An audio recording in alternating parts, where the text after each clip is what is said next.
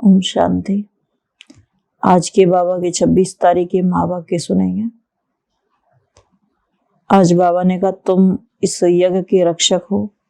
बाबा ने कहा तुम्हें इस यज्ञ की रक्षा भी करनी है, संभाल भी करनी है, और बाबा ने कहा मदद भी करनी है। तो बाबा ने कहा रक्षा कौन कर सकता है, संभाल कौन कर सकता है? जो बाबा ने कहा ब्राह्मण हो। ब्राह्मण ही बाबा ने कहा यज्ञ की संभाल करते हैं। और बाबा ने कहा जब ज्ञान पूरा बढ़ता जाएगा, निश्चय बुद्धि बनते जाएंगे, तो बाबा ने कहा अचल अड़ोल बनते जाएंगे।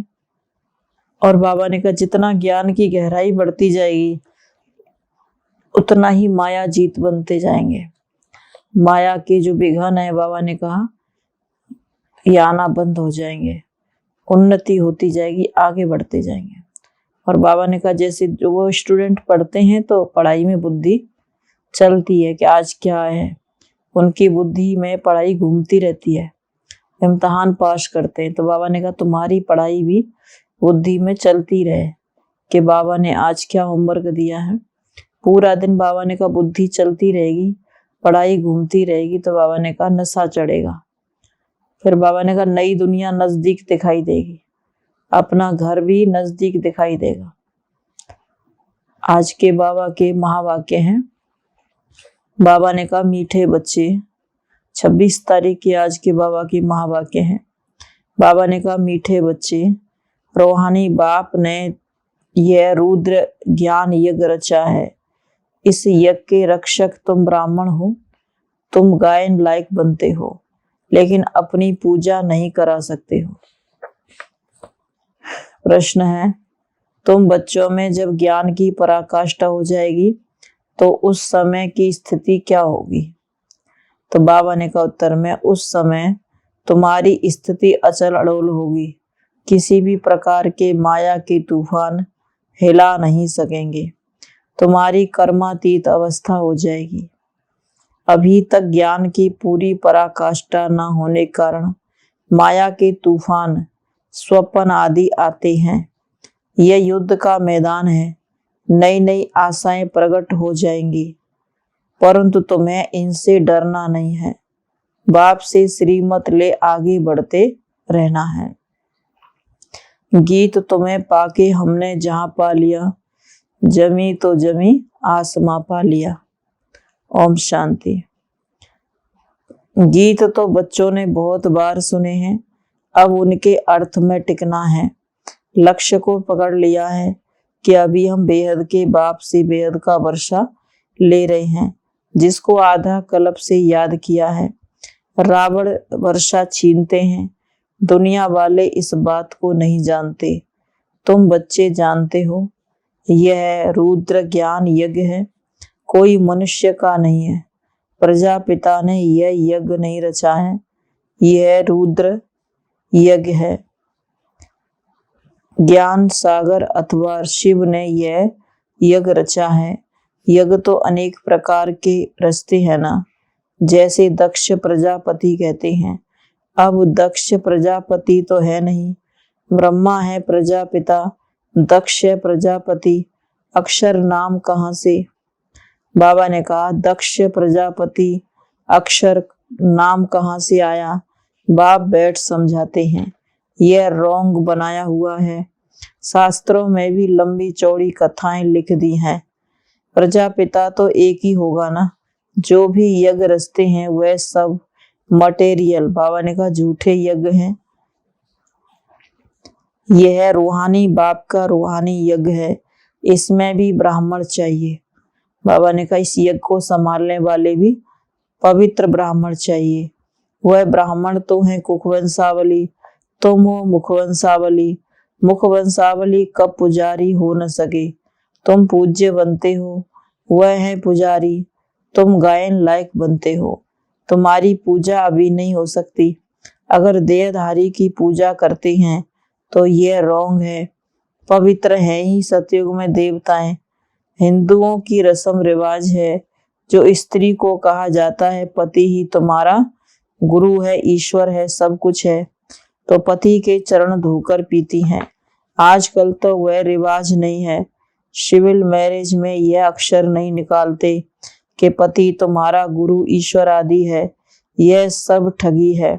इसलिए चित्र भी ऐसा बनाया है कि लक्ष्मी नारायण के पांव दबा रही है। समझते हैं वह भी सब करती थी।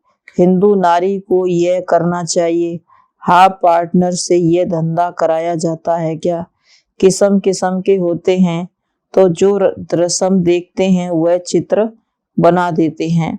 अब बाबा ने कहा, वहां ऐसे थोड़ी हो सकता है जो लक्ष्मी बैठ पांव दबाई। बाप कहते हैं, मैं द्रौपदी के पांव आकर दबाता हूँ। उन्होंने फिर श्री कृष्ण का नाम रूप दे दिया है। यह सब व्यर्थ की बातें हैं। वहाँ राम को तो 4 भाई होते नहीं है, वहाँ बच्चा भी तो एक ही होता है, 4 बच्चे कहाँ से आए? बाप कहते हैं, मैं तुमको इन सब शास्त्रों का सार बताता हूँ। यह बातें तुम बच्चों को समझाई जाती हैं, तुम समझा सकते हो। बाप कहते हैं, तुम जो ये कसम उठवाते हो तो वह झूठा उठवाते हो। अब कहते हैं गीता है, श्री कृष्ण ने गाई। हाथ में गीता उठाते हैं, फिर कहते हैं ईश्वर को हाजरा हजूर जान, सच बोलना है। श्री कृष्ण भगवान को हाजिर नाजिर जान, यह नहीं कहते। हाँ, तो बाबा ने कहा ईश्वर के लिए ही कहते हैं कि जो भी कहेंगे सच ईश्वर को हाजिर नाजिर समझ कहेंगे, कृष्ण का नाम नहीं लेते। तो श्री कृष्ण गीता का भगवान है, ये अभी बुद्धि से निकाल दो। झूठा कसम उठाने के कारण उनमें ताकत नहीं रही। एक्यूरेट है, एक है धर्मराज, सुप्रीम जज वही सच्चा। शिव बाबा एक्यूरेट। बाबा ने कहा भगवान भी है, धर्मराज भी है, सुप्रीम जज भी वही है सच्चा। सतयुग में तो जज आदि होते नहीं है, क्योंकि वहां कोई ऐसी बात ही नहीं होती है। सब हिसाब किताब चुकतू कर वहां चले जाएंगे, फिर नए सिर सतो प्रधान सतो रजो तमो में आएंगे। हर एक वस्तु जो तुम देखते हो नई से पुरानी जरूर होती है। नई दुनिया, बाबा ने कहा दुनिया भी नई से पुरानी होती है। यह पुरानी दुनिया है, परंतु कितने तक पुरानी है यह किसको पता नहीं है। सदैव 4 भागों में बांटा जाता है। ये भी 4 युग हैं, पहले नया, फिर चौथा पुराना, फिर आधा पुराना, फिर सारा पुराना हो जाता है, बिल्कुल ही टूटने लायक हो जाता है। इस कल्प की आयु 5000 वर्ष है। अभी तुम हो अंत में, अंतिम जन्म में तुम बाप से वर्षा पाते हो 21 जन्मों के लिए। सतयुग त्रेता में 21 जन्म, द्वापर कलयुग में 63 जन्म क्यों होते हैं? क्योंकि पतित बनने से आयु कम होती जाती है। तो बाबा ने कहा जल्दी जल्दी शरीर छोड़ना पड़ता है, लेना पड़ता है। पतित बनने से आयु कम हो जाती है, आधा कल्प आयु बड़ी होती है। अभी तुम योग सीखते हो। तुम बच्चे यहाँ योग व याद सीखने के लिए नहीं आए हो, यहाँ तुम आते हो सम्मुख मुरली सुनने। मुरली तो बहुत प्यारी लगती है, योग तो तुम कहाँ भी बैठकर कर सकते हो। स्टूडेंट के इम्तिहान का जब टाइम होता है तो कहाँ भी होंगे तो बुद्धि में इम्तिहान की बातें घूमती रहेंगी। यहाँ तुम्हारी पढ़ाई और योग इकट्ठे हैं, पढ़ाने वाले को भी याद करना पड़े। बाप कहते हैं मामिकम याद करो, भूल से भी श्री कृष्ण का नाम डाल दिया है। सन्यासी आदि तो श्री कृष्ण को याद करते नहीं हैं। बाकी किसने कहा मन मना भव, तत्वम व ब्रह्म तो नहीं हो सकता है। बाबा ने कहा ब्रह्म तत्व तो रहने का स्थान है, भगवान नहीं हो सकता है। बाप इस मुख का आधार लेकर कहते हैं, इस ब्रह्मा के तन का आधार लेकर कहते हैं बच्चे मामेकम याद करो। यह सब पॉइंट्स बुद्धि में धारण करनी होती हैं, फिर समझाना होता है। कांग्रेसी लोग कितना आवाज से बोलते थे, उनका लीडर था बापू जी। वह था जिस्मानी बापू जी, यह फिर है रूहानी बापू, आत्माओं का पिता। सभी का बाप तो गांधी जी हो न सके, शिव बाबा तो सबका बाप है ना। ब्रह्मा भी बाप है जरूर, परंतु इस समय सिर्फ तुम जानते हो। सारी दुनिया तो नहीं मानेगी क्योंकि समझते नहीं है। यहाँ हम बापू निराकार शिव बाबा को कहते हैं, वह सभी का बाप है। बच्चों को कितनी पॉइंट्स समझाते हैं, कभी आत्मा पर, कभी परमात्मा पर, कभी शास्त्रों पर। ढेर के ढेर भारत में शास्त्र हैं और धर्म वालों का तो एक ही शास्त्र होता है। यहाँ तो अनेक शास्त्र हैं। फॉलोअर्स भी जो कुछ सुनते हैं सत सत करते रहते हैं। एम ऑब्जेक्ट कुछ भी नहीं है। जैसे राधा स्वामी पंथ है, अब नाम रख दिया है राधा स्वामी। राधे का स्वामी तो श्री कृष्ण है। वास्तव में जिस रूप से भारतवासी श्री कृष्ण को समझते हैं वैसे है नहीं। बाबा ने कहा कृष्ण इस दुनिया में आ नहीं सकता जिस रूप से भारतवासी समझते हैं। राधे तो कुमारी है, श्री कृष्ण कुमार है, फिर कृष्ण का स्वामी कैसे कहेंगे। जब स्वयंवर बाद लक्ष्मी नारायण बने तब स्वीकार किया जाए। छोटेपन में तो आपस में खेल पाल करते हैं, तो वह कोई पक्का स्वामी थोड़ी हुआ। बहुत है जो सगाई को तोड़ भी देते हैं। अब लक्ष्मी नारायण तो दिखाते हैं, परंतु नारायण के बाप का नाम क्या है कभी बता नहीं सकेंगे। अब श्री कृष्ण के माँ बाप दिखाते हैं। राधे और श्री कृष्ण दोनों के माँ बाप अलग अलग जगह के हैं। राधे अलग जगह की, श्री कृष्ण अलग जगह के। फिर बाबा ने कहा और जगह का, फिर श्री कृष्ण और जगह का था। सत्युग की बातों का सारा अगड़म बगड़म कर दिया है। लक्ष्मी नारायण के माँ बाप का नाम कहाँ गया, नारायण का बर्थ क्या है, कहाँ है, यह कुछ भी जानते नहीं है। राधे कृष्ण ही फिर लक्ष्मी नारायण बनते हैं। बाप कहते हैं भक्ति मार्ग की कितनी बड़ी सामग्री है। ज्ञान में तो सिर्फ बीज को जानना होता है। बीज के ज्ञान से सारा झाड़ बुद्धि में आ जाता है। तुम जानते हो ऊंचे से ऊंच भगवान है जो परम धाम में रहते हैं। वहां तो सभी आत्माएं रहती हैं। सूक्ष्म वतन में तो है ही सिर्फ ब्रह्मा विष्णु शंकर। ब्रह्मा और विष्णु तो पुनर्जन्म में आते हैं, बाकी शंकर नहीं आते। जैसे शिव बाबा सूक्ष्म वतन में है, जैसे शिव बाबा सूक्ष्म है वैसे शंकर भी सूक्ष्म है, तो उन्होंने फिर शिव शंकर को इकट्ठा कर दिया है, परंतु है तो अलग अलग। शिव बाबा ब्रह्मा द्वारा स्थापना, विष्णु द्वारा पालना, फिर शंकर द्वारा विनाश कराते हैं। ब्रह्मा सो विष्णु, विष्णु सो ब्रह्मा, सरस्वती सो लक्ष्मी नारायण बनते हैं। तब तुम बाबा ने कहा तुम भी ऐसे बनते हो, तुम भी देवता घराने के हो ना, तो बाप तुम्हें सब राज समझाते हैं। बाकी धारणा करने वाले नंबरवार हैं। जिसने जो पद पाया, कल पहले पाया था, वही पुरुषार्थ चल रहा है। पुरुषार्थ बिगर प्रारब्ध बाबा ने कहा पा न सके। पुरुषार्थ से ही समझा जाता है कल पहले भी इसने इतना किया था। अभी तुम्हारी पढ़ाई चल रही है। रुद्र माला विष्णु की माला गाई जाती है, बाकी ब्राह्मणों की माला नहीं है, क्योंकि पुरुषार्थी हैं। आज अच्छा चलते हैं, कल माया का गुस्सा लग पड़ता है। रुद्र माला बनने से फिर ट्रांसफर हो जाएंगे। ब्राह्मण तो पुरुषार्थी हैं, आज अच्छे चलते हैं तो कल गिर पड़ते हैं, तो माला बन न सके। आगे माला बनती थी, फिर 3-4 नंबर में आने वाले आज है नहीं।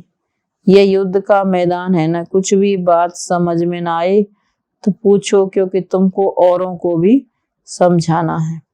कच्चे जो है वह मूझते हैं। ब्राह्मणों में भी नंबरवार हैं, कोई कोई तो पूछते भी हैं। बाबा ने समझाया है माया के तूफान बहुत आएंगे, तो उन पर कैसे विजयी बने। अनुभवी टीचर ना हो तो कैसे समझा सकेगी।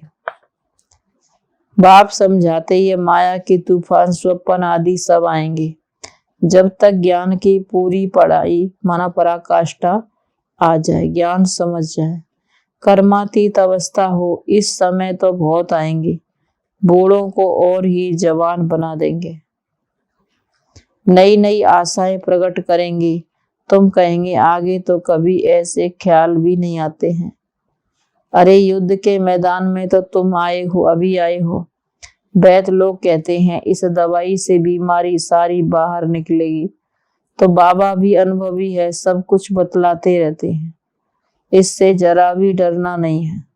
कहते हैं ज्ञान में आने से तो पता नहीं क्या हो गया, इससे तो भक्ति अच्छी है। बाबा तो कहते हैं जाओ भक्ति करो, भल जाओ भक्ति में, वहां तुमको ये तूफान नहीं आएंगे। बाबा तो सब समझाते हैं, रोज सुनने वालों की बुद्धि में पूरी धारणा होगी। मुख्य ही नॉलेज से काम, फिर भल कहाँ भी जाओ। मुरली तुमको मिलती रहेगी। मुरली पढ़ने के, बाबा ने कहा मुरली पढ़ने की मिलिट्री भी मैं भी मना नहीं कर हो सकती। मिलिट्री को ऐसे थोड़ी कहेंगे कि बाइबल व ग्रंथ आदि नहीं पढ़ो, सब पढ़ते हैं। उनके मंदिर भी होते हैं, तो मुरली कहाँ भी मिल सकती है।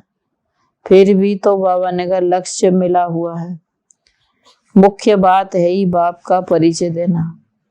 पहले तो निश्चय बैठे कि हमको पढ़ाने वाला बाप है, नॉलेजफुल है, गॉड फादर है, तब और बातों को समझ सकेंगे। गॉड फादर कैसे आकर पढ़ाते हैं, बाबा ने कहा यह किसको पता नहीं है। लिखा हुआ भी है भगवान वाच, उनका नाम शिव है, परमात्मा है ना। परमात्मा अर्थात सुप्रीम। परम धाम में तो सब रहते हैं, आत्मा में भी सुप्रीम पार्ट तो किसका होगा ना। उनको क्रिएटर, डायरेक्टर, मुख्य एक्टर कहा जाता है। वह है ही रचयिता, करण, करावनहार, फिर पार्टधारी भी है। इसमें आकर कितना पार्ट बजाते हैं जिससे भारत स्वर्ग बनता है। ऊंचे से ऊंच बाप आया, बाप शिव बाबा आया हुआ है। क्या आकर किया कुछ भी नहीं जानते। कल्प की आयु लंबी चौड़ी कर दी है। बाप कहते हैं मुझे आना ही है कलयुग के अंत और सतयुग आदि में। सतयुग में लक्ष्मी नारायण का राज्य था, पावन दुनिया थी। हम सो पावन फिर हम, बाबा ने कहा हम सो पावन फिर हम। आदि सतयुग में हम सो पतित बने। चढ़ती कला उतरती कला, बाबा ने कहा कैसे होती है, अभी ये तुम्हारी बुद्धि में है। बाप कहते हैं बच्चे सबको बाप का परिचय दो। बाप जब स्वर्ग का रचयिता है तो हमको जरूर स्वर्ग की बादशाही मिलनी चाहिए। बाबा ने कहा चढ़ती कला माना देवी देवताओं का पद और उतरती कला माना साधारण मनुष्य, शूद्र बुद्धि। बाबा ने कहा जो आचार विचार खान पान सब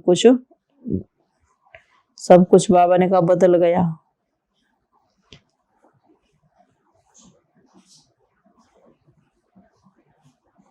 बाप जब स्वर्ग के का रचयिता है तो जरूर हमको स्वर्ग की बादशाही मिलनी चाहिए। भारत को थी, अब नहीं है, इसलिए भगवान को आना पड़ता है। भारत ही शिव बाबा का बर्थ प्लेस है। आकर तुमको स्वर्गवासी बनाया, अब तुम भूल गए हो। भूल और अभूल का ये खेल है। इस नॉलेज को भूलने से फिर उतरती कला होती है। एक सेकंड में जीवन मुक्ति, चढ़ती कला। जीवन बंद में कितना समय लगा, ये बातें शास्त्रों में थोड़ी हैं, जनक की बात है ना। बाप कहते हैं जो कुछ भी पढ़ा है सब कुछ भूल जाओ। बाप टीचर सतगुरु मैं ही हूँ।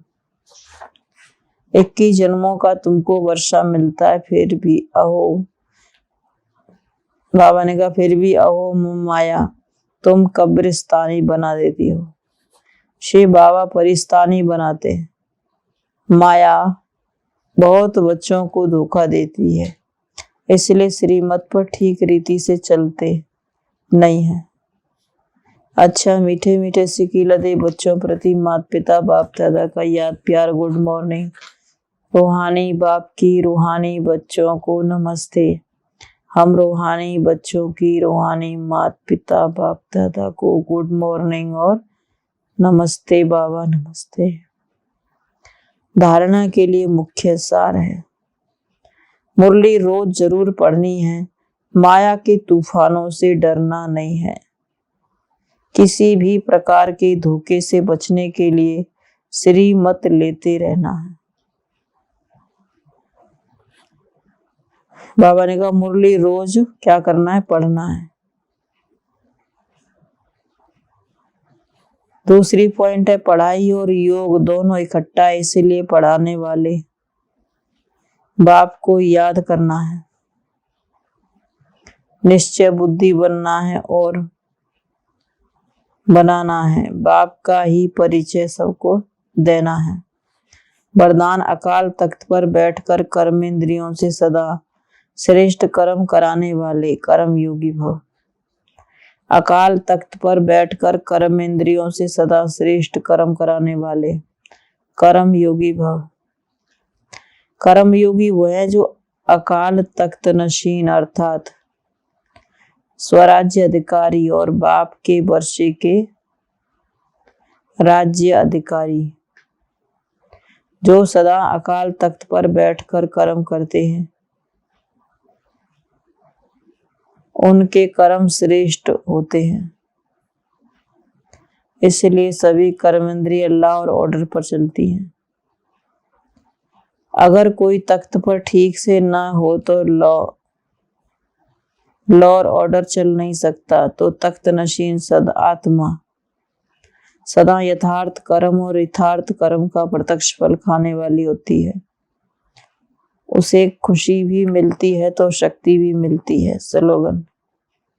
ब्रह्मा बाप के प्यारे हुए हैं जिनका ब्राह्मण कल्चर से प्यार है।